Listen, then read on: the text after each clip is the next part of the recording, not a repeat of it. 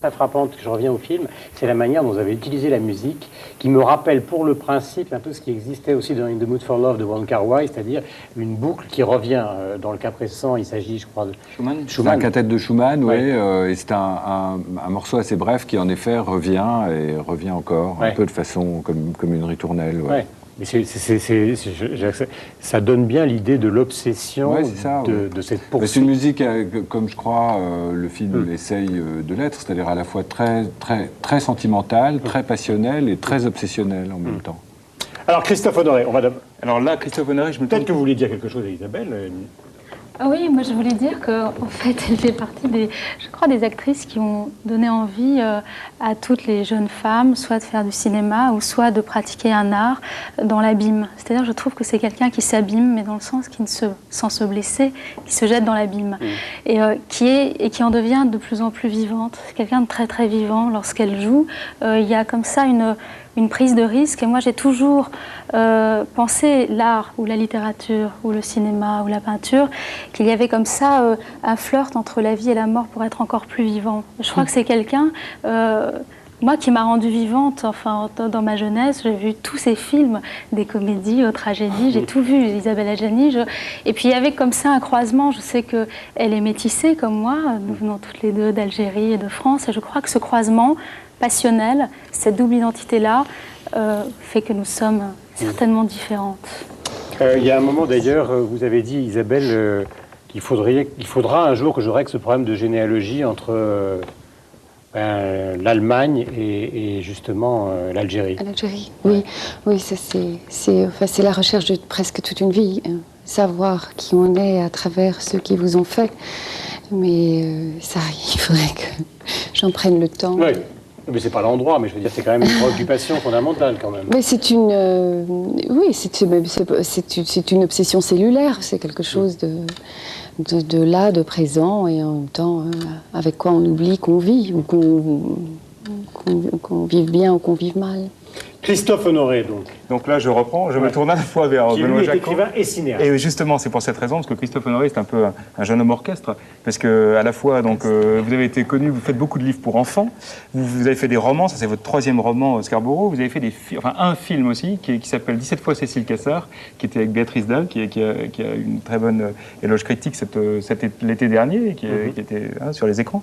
Et puis alors, par ailleurs, donc, ce roman qui est un roman, alors, vous placez la barre de la littérature très très haut, parce que vous êtes quelqu'un qui avait quelque chose de âcre dans l'écriture. Hein. L'éditeur dit c'est un roman qui ne concède rien au naturalisme.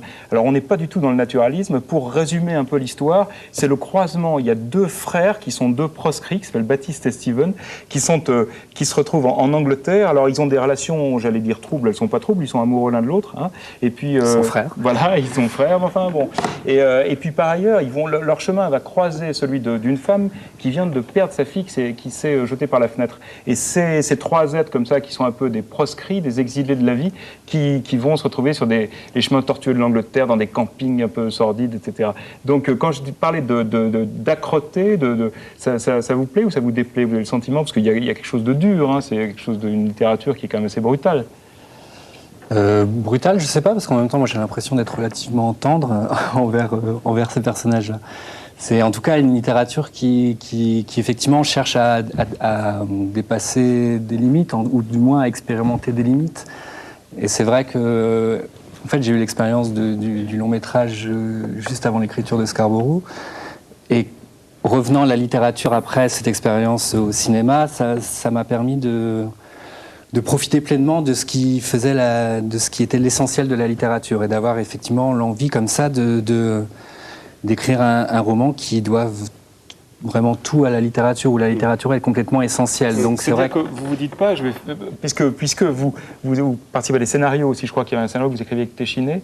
Est-ce que vous, quand vous écrivez Scarborough, vous dites pas, bon bah c'est moi qui le mettrai en scène, je ne serai pas un Benoît Jacquot du 22e siècle, je sais pas, par rapport à Constant, je sais pas l'équivalent. D'accord. Non, j'essaie de faire en sorte que même Benoît Jacquot ne puisse rien faire de ce genre de livre. Le principe c'est ça, quand je dis que j'essaye de faire en sorte que ça doive juste à la littérature et donc à la lecture, et que profondément par exemple, je me pose pas des questions de scénario, de scènes, de personnages, d'histoires qui avancent.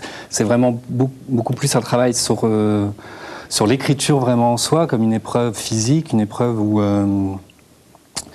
si je disais ça simplement, pour moi, l'écriture, c'est une expérimentation sur mon propre corps, si vous voulez. Voilà. Alors que pour le coup, le cinéma, c'est quand même le corps des autres qui est dans l'axe de nos désirs, etc.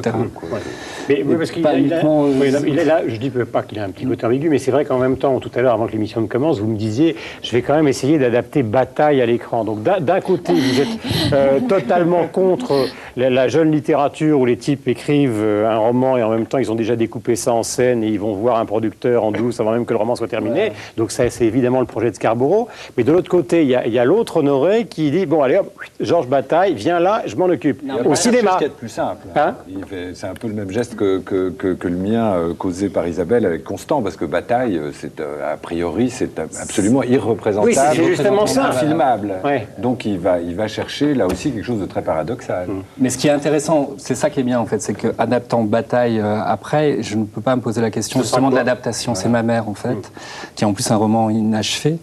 C'est vraiment c'est uniquement l'idée d'interroger le cinéma par la littérature. Et je crois que la littérature a quelque chose à apporter en ce moment au cinéma. Voilà. Mais c'est autre chose que Benoît Scarborough. Jacot, quand vous adaptez Constant, par exemple... Donnez-moi ça justement. Pardon. Non, les deux. Lequel, les deux Voilà. Je sais que Benoît Jacot, quelqu'un lui a parlé du livre de Nina Bouraoui. Oui. Mais je l'ai tout, C'est vrai. je l'ai tout cochonné, j'ai mis des petites notes dessus, bon, c'est pas grave. Je voulais dire, quand vous adaptez Constant, vous êtes le texte, rien que le texte, ou vous aimez bien lire aussi les 58 livres critiques autour? Ah non, ou non, pas moi. Non, enfin, là, en l'occurrence, j'avais un acolyte qui s'appelle Fabrice Roger-Lacan et qui écrivait le scénario avec moi et qui, lui, lisait, se nourrissait beaucoup d'autres choses. Moi, au contraire, j'essaye d'oublier le plus possible. D'abord, je n'adapte pas, voilà, parce que même le mot adapter... Oui, en le disant, je me doutais qu'il allait vous choquer. Ni je n'adapte, ni je n'illustre. J'essaye de fabriquer un objet qui se suffit à lui-même, même s'il vient d'un roman et d'un roman monumental, même s'il est très bref. Et est-ce que ça veut dire, j'essaye d'imaginer, parce que quand vous parliez tout à l'heure de Bataille, je ne sais pas pourquoi, tout d'un coup, j'ai pensé à l'âge d'or de Buñuel. Est-ce que tout d'un coup, il y a aussi cette idée que le cinéma peut exploser toute forme de fiction classique, quoi, de récit? Vous avez essayé ça dans 17 fois Cécile Cassard, un peu?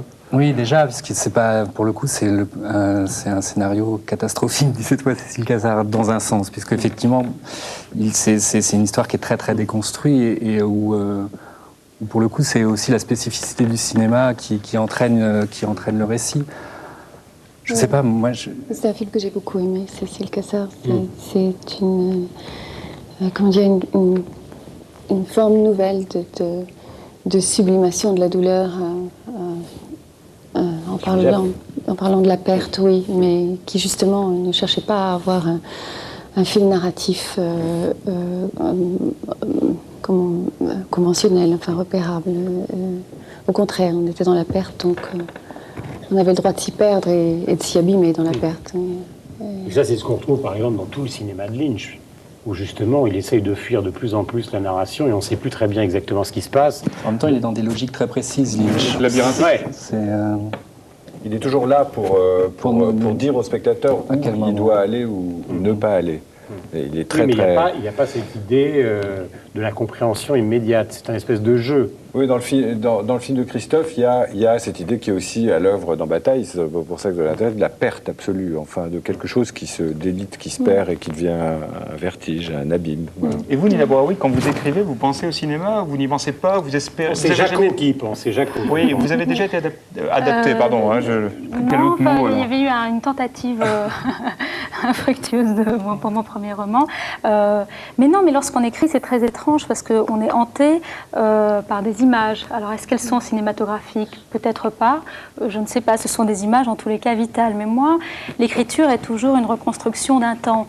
C'est-à-dire que quand je parle des années 80 en 2002, cette écriture-là est une invention, même si je me sers de quelque chose que je connais bien.